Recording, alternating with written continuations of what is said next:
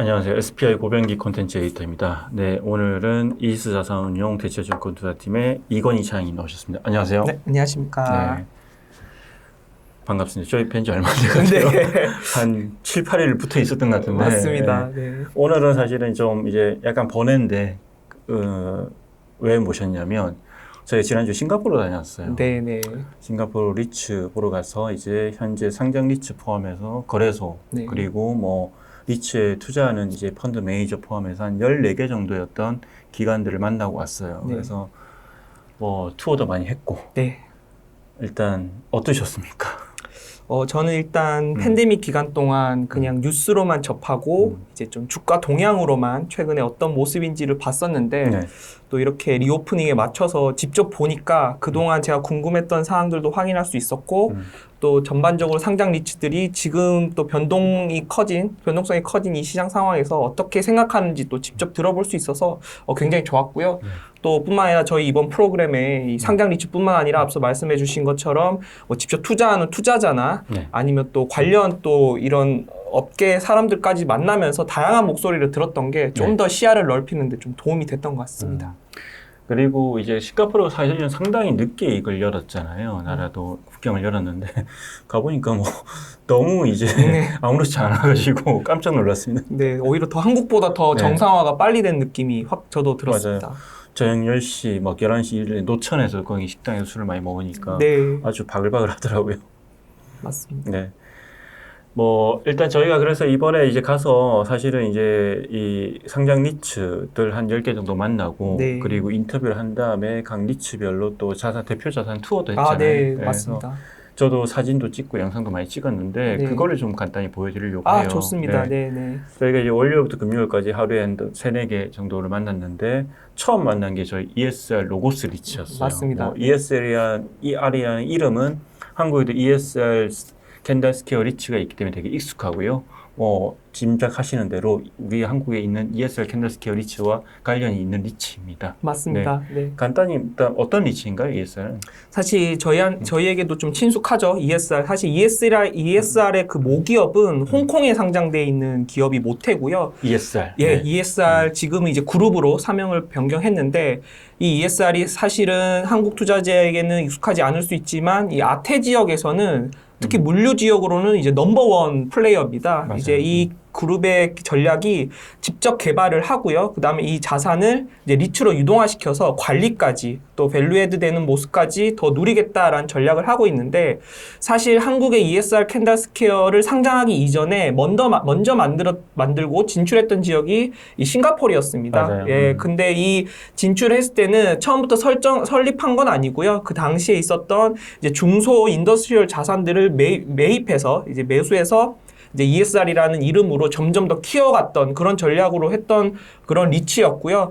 또 저희가 방문하기 직전에 이 ESR이 이제 SM 매니지먼트와 그쵸. ARA SM 매니지먼트와 합병하면서 그 아래에서 운용되고 있던 또 상장 리츠인 아라 로고스라는 호주 특화된 물류 리츠가 있었습니다. 그래서 그 리츠 두 개가 합쳐져서 지금은 ESR 로고스 리츠라는 그래서 싱가포르 자산과 호주 자산이 혼합된 그런 리츠가 이제 이 리츠입니다. 그렇죠. 그러니까 그 원래 캐시라고 그러나요? 캐시 리츠, 맞습니다. 물류선 그 네. 리츠였는데 그거랑 합병됐고 또 로고스는 이제 호주에 있는 플랫폼인데 그게 이제 ARA가 이제 이미 이 ARA라는 회사가 ESR에 합병되기 전에 ARA가 로고스를 합병을 했고요. 맞습니다. 그게 섞이면서 이렇게 다 하나의 어떤 회사가 된 거고요. 뭐 사실 최근에 이 리츠는 또 뭐 사바나 리츠라고 네. M&A 시도했지만 그건 일단 안 됐고요. 네, 맞습니다. 됐는데 어쨌든 저희가 이제 보고 왔는데 뭐 실제로도 ESR 캔들스퀘어 리츠랑도 연락을 자주 한다고 하더라고요. 네, 모임이 있다고 하더라고요. 네. 정기적인. 네. 그래서 이제 한국에 진출할 계획이 있냐 했더니 우리가 이미 있기 때문에 그거는 이제 겹쳐서 안 된다. 그 정도 얘기는 했던 것 같고 이 ESR도 말씀하신 대로 기본적인 계획은 이제 개발부터 운영, 뭐 리츠까지 다 하기 때문에 자기들이 개발한 우량 자산들을 리츠에 넘기는 그런 구조로 움직이는데 이건 한국도 똑같아요. 네. 한국도 보면 최근에 이제 ESR 캔들스퀘어의 개발형 펀드가 다시 리업을 한번 했는데 10억 달러에서 20억 달러로. 근데 이게 보면 이번에 2지만 2015년도에 이제 개발 형편도 1호를 내놨었거든요. 그때 개발한 자산들의 30%가 지금 이제 ESR 캔다스케어 리츠에 넘겨져 있어요, 지금. 네. 또 향후에도 추가로 계속해서 넘길 생각인 거고요. 뭐 일종의 파이프라인인 거죠. 네, 맞습니다. 두 번째 만난 회사가 썬텍 리츠예요. 네. 사실 이 썬텍 리츠는 상당히 뭐 오래된 리츠기도 하고 맞습니다. 싱가포르를 대표하는 오피스 리츠기도 해요. 네, 맞습니다. 그래서 이제 썬텍 리츠도 저희가 인터뷰를 하고 썬텍시티라는 곳을 방문을 했는데 뭐 오피스 당이 기본적으로 있고요. 가보면 이제 오피스 동은 5개 동인데 뭐 IFC랑 유사하다고 보면 제일 유사할 것 같고요. 또 그 안에 이제 몰도 있고요. 큰 몰도 있고 좀 다른 점은 여기는 이제 호텔은 아니고 컨벤션이 있어요. 네. 그게 좀 특이하긴 해요. 네, 맞습니다. 썬텍 리츠도 간단히 한번 소개해 주시죠. 네, 사실 썬텍 리츠도 싱가포르의 대표적인 오피스 리츠 중에 하나고요. 그 썬텍시티라는 이제 5개 동으로 구성되어 있는 오피스가 있는데 말씀해 주신 것처럼 저희 IFC와 모습이 비슷한 게 밑에는 또 대규모의 리테일 몰이 네네. 있고 또 옆에는 또 대규모의 컨벤션 센터가 있습니다. 그래서 어떻게 보면 복합 자산을 가지고 있는 대표적인 리츠 중에 하나고요. 뿐만 아니라 호주 쪽에도 또 오피스 자산을 최근에 많이 매입을 하고 있고 또 특이한 게 직접 매입뿐만 아니라 이 호주 쪽의 개발을 통해서 호주 주요 도시에 이제 자산을 매입했던 또 그런 전략이 있습니다. 그래서 이미 이제 다른 리츠들 대비해서 미리 해외 확장을 해서 또 안정적인 수익 구조를 갖춰 놨었었고요. 그런데 이제 조금 문제가 됐던 게 그런 이유 때문에 기존에 좀 레버리지 비율이 높다라는 좀 비판을 많이 받았던, 그래서 주가 수준은 좀 많이 좋지 않았던 이제 리츠였습니다. 하지만 최근 신문 기사 중에 하나가 얘네들이 들고 있는 이 썬텍시티 오피스가 사실 100% 다 가지고 있는 건 아닙니다. 이 오피스도 약 한 60% 넘는 지분만 가지고 있고 나머지는 이 싱가포르의 또 특징 중에 하나인데 한 층 한 층 개인들이 좀 가지고 있는 층수가 있습니다. 구분 소유 빌딩. 네, 구분 소유로 되어 있는. 네. 근데 이 최근에 이 네. 오피스 한 층이 거래가 됐는데 이게 역대 최고가를 기록했습니다. 그만큼 최근에 싱가포르 오피스 시장이 좋고 또 트렌드 중에 하나가 이 홍콩과 중국 쪽에 있는 패밀리 오피스가 많이 싱가포르로 이전해 오고 있는데 이러한 플레이어들이 그냥 한 개 층을 사버리는 거죠. 네, 그런 식으로 좀 어떻게 보면 쇼잉 겸 아니면 좀 거점을 마련하기 위해. 그래서 오피스 가격은 지금 분명히 싱가포르 상장 리츠의 주가보다는 지금 많이 비싸게 거래되고 있다라는 걸 보여주었던 또 대표적인 자산이었습니다. 네. 그렇게 저희가 이제 그러고 나서 저희 첫째 날은 또 AW 만나가지고 맞습니다. 이제 여기는 이제 또 서드 파티이기 때문에 이제 뭐 이제 보면 저희가 이제 ESR이라든지 썬텍시티를 썬텍 리츠 만나가지고 이제 좀 뭐 시장에 우려하는 대목들 질문을 했는데 네. 당연히 이제 그 회사 좋게 얘기했지만 또 서드 파티는 좀 다른 의견을 제시하기도 했었고요. 맞습니다. 네. 그리고 둘째 날 저희가 둘째 날은 저희가 2개 회사를 만났어요. MCT라고 메이플 트리 커머셜 트러스트 네. 그리고 에스콧 에이전트 트러스트인데 뭐 이게 한국도 익숙하긴 해요. 이제 MCT는 한국에 투자를 안 했지만 이 회사가 지금 이제 합병을 하고 있는데 엠렉이라고요. 네. M&ACT인데 이 M&ACT가 한국에 작년에 처음으로 투자를 했어요. 더 피나클 강남이랑 오피스 빌딩에 투자를 했고요. 또 이게 뭐 메이플 트리라는 회사는 한국에도 많이 투자를 하고 있는 메이플 트리 로지스틱스 트러스트 물류센터 리츠의 어떤 스폰서이기도 하기 때문에 사실은 이제 상당히 익숙한 회사이긴 합니다. 맞습니다. 어떠셨나요? 네, 사실 MCT 메이플트리 커머셜 트러스트 같은 경우에는 대표적으로 이제 싱가포르 자산만 들고 있는 어떻게 보면 몇 안 되는 순수 싱가포르 리츠 중에 하나여서 과거에도 주가가 굉장히 프리미엄을 많이 받았었습니다. 그리고 어떻게 보면 한국 투자자들에게 익숙할 수 있는 게 싱가포르 관광을 가면 꼭 들리는 곳이 또 센토사 섭인데 그렇죠. 그 관문에 있습니다. 그래서 거기서 이제 열차를 타고 만약 들어가신 분이라면 그 비보시티라는 몰에서 분명히 타셨을 텐데 그 몰이 이제 대표적인 이제 이 리츠가 들고 있는 자산 중에 하나고요.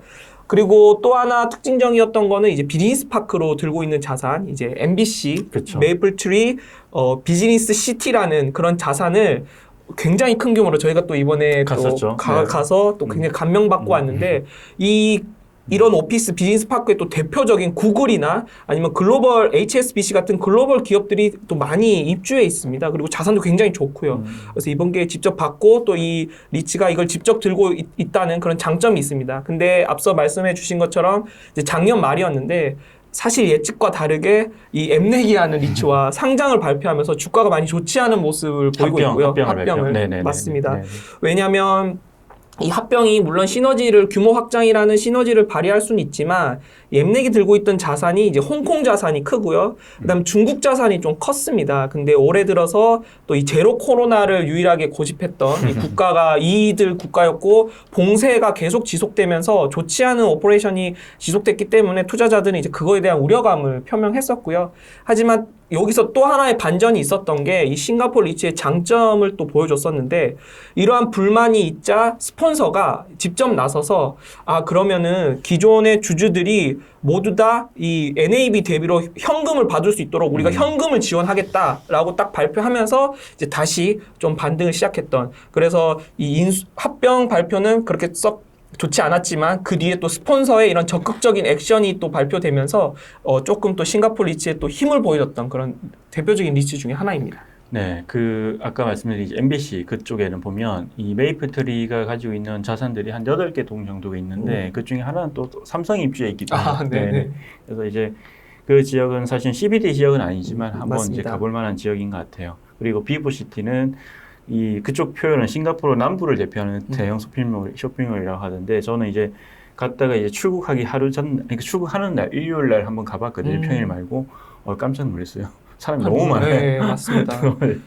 이게 비보시티 사실 싱가포르에 되게 오래된 쇼핑몰이거든요. 네. 그래서 근데 되게 많더라고요. 네, 또 남부 지역에도 또 주거지가 또 많고 또 그러다 보니까 많은 방문객이 또 하는 또 싱가포르 규모 면에서도 싱가포르에서 최대 몰이라서 네.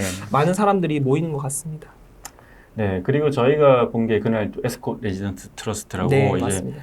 뭐 서비스 레지던스, 호텔, 임대주택, 스튜던트 하우징 등에 투자한 리츠예요. 근데 이 회사도 사실 한국에 투자를 하고 있어요. 인사동과 동대문에 이 호텔에 투자를 하고 있기 때문에 네.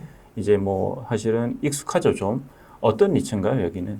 네, 맞습니다. 말씀해 주신 것처럼 사실 싱가포르 시장은 임대주택은 좀 발전을 못한 반면에 그나마 발전한 게 이제 서비스드 이제 레지던스라고 해서 여기 이제 장기는 아니고요. 뭐 외국인 근로자나 뭐 이제 출장자나 이런 사람들이 뭐 한 달에서 뭐 6개월, 1년 이렇게 좀 거주하는 형태로 발전된 자산을 이제 가지고 있는 리츠고요. 또 뿐만 아니라 전 세계적인 호텔 자산도 또 가지고 있는 그런 리츠입니다.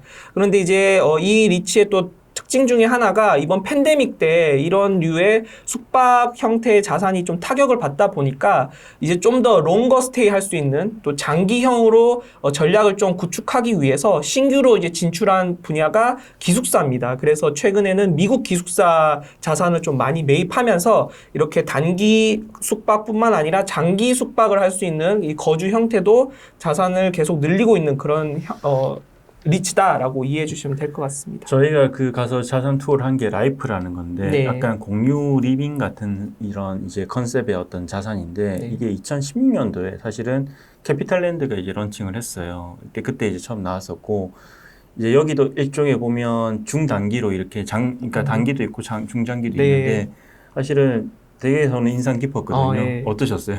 네, 저도 이제 사실 이 브랜드 이제 LYF라는 사실 이름도 이제 Live Your Freedom 뭐 이런 맞아요. 굉장히 맞아요. 또 자유로움을 표방하는 그런 공유 주거 형태의 자산이었는데 저도 직접 본 건 이번이 저도 처음이어서 처음 봤는데 생각보다 살고 싶다라는 생각이 좀 네네. 들 정도로 네. 잘 해놔서 저도 좀 감명을 받았던 그런 자산입니다. 네.